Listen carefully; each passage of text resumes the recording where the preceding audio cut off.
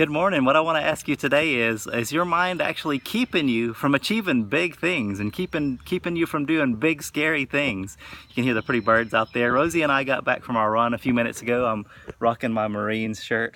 Hoorah, still ready for that Marine Corps, getting ready for that Marine Corps marathon. But this is inspired again by Fitz in episode 45 of the Fitzness Show. That episode really had a huge impact on me. And one of the things that Fitz was talking about was getting in the lake and going water skiing, even though she knew that those alligators were there.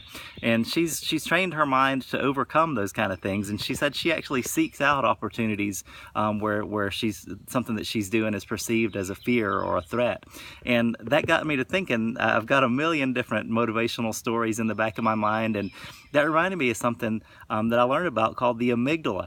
And your brain is actually wired to keep you from doing things like that. It's not natural to jump in that lake when you know that there's alligators there, but you can override that. And what that is your amygdala. Also, people know that as your lizard brain. That's the common word for it. The amygdala is known as the lizard brain, but your amygdala is a part of your brain that's set up to basically keep you from doing things that put you in a situation that's going to be scary or threatening. And it can be as simple as something like waking up early to go exercise. So your mind is set up that when the alarm goes off at 4:30 in the morning, your lizard brain kicks in and it makes a split-second decision. It tells you, no, it's going to be better to go back to sleep and to have those warm covers get on top of me. It's threatening to get out there and go exercise. It's not natural to wake up this early. And that's a split second when that lizard brain tells you to go back to sleep, that you can either fight that and you can say, no, my brain is overpowering, my frontal cortex part of my brain is overpowering my lizard brain, and I'm going to make a decision to get up and go run. Or you can let that lizard brain make the decision for you. And the lizard brain is always going to seek out the path of least resistance, or the thing that's going to keep you the most comfortable. And at that time, when it's 4:30 in the morning and it's dark and the ceiling fans going like you like it, and the temperature of the room is really great, and if it's the winter time, if it's really cold outside, your lizard brain is going to tell you it's much more comfortable to stay in bed.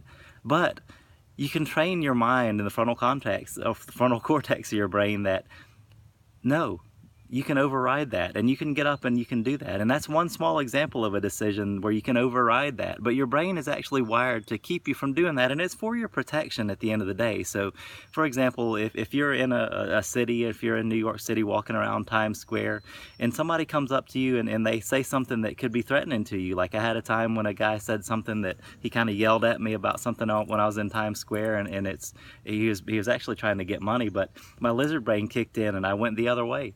And it's designed to keep you out of harm's way, but your lizard brain can also keep you from achieving big things. And those BHAGs, those things like the number one fear that people have is speaking in public. Your lizard brain kicks in and it tells you that it's scary to speak in public and you can't do that. Or your lizard brain tells you that when you're at a restaurant and you see a bunch of unhealthy options on the menu, your lizard brain tells you, it's scary to talk to the waitress about other options for me, or see if I can do something custom. Or your lizard brain tells you it's scary to jump in that lake when you know there's alligators there to go water skiing, even though you know it'll be a lot of fun to go water skiing. But Fitz has trained her mind to overcome that lizard brain, and you can too. I can too. It's something that I'm definitely working on. And when you train your mind to overcome that lizard brain, and your frontal cortex becomes the master of your mind and not your lizard brain. And bear in mind, it's always good to have that back there for security reasons, but when you can get to the point where you can overcome that lizard brain and not let that keep you from going into opportunities or going into situations where you can grow and you can do much better, then you're a much better person. And I want to encourage you, don't let that lizard brain rule you today. You're going to be faced with a million decisions today, and don't let that lizard brain be the default that just kicks in and keeps you from achieving your very best. I'm just going to tell y'all, like that video, do your very best every day in everything that you do, and you're going to be very pleased. You're going to see that you can go well beyond what you ever thought you did. So y'all have a great day, make good choices today, and get to work. Bye.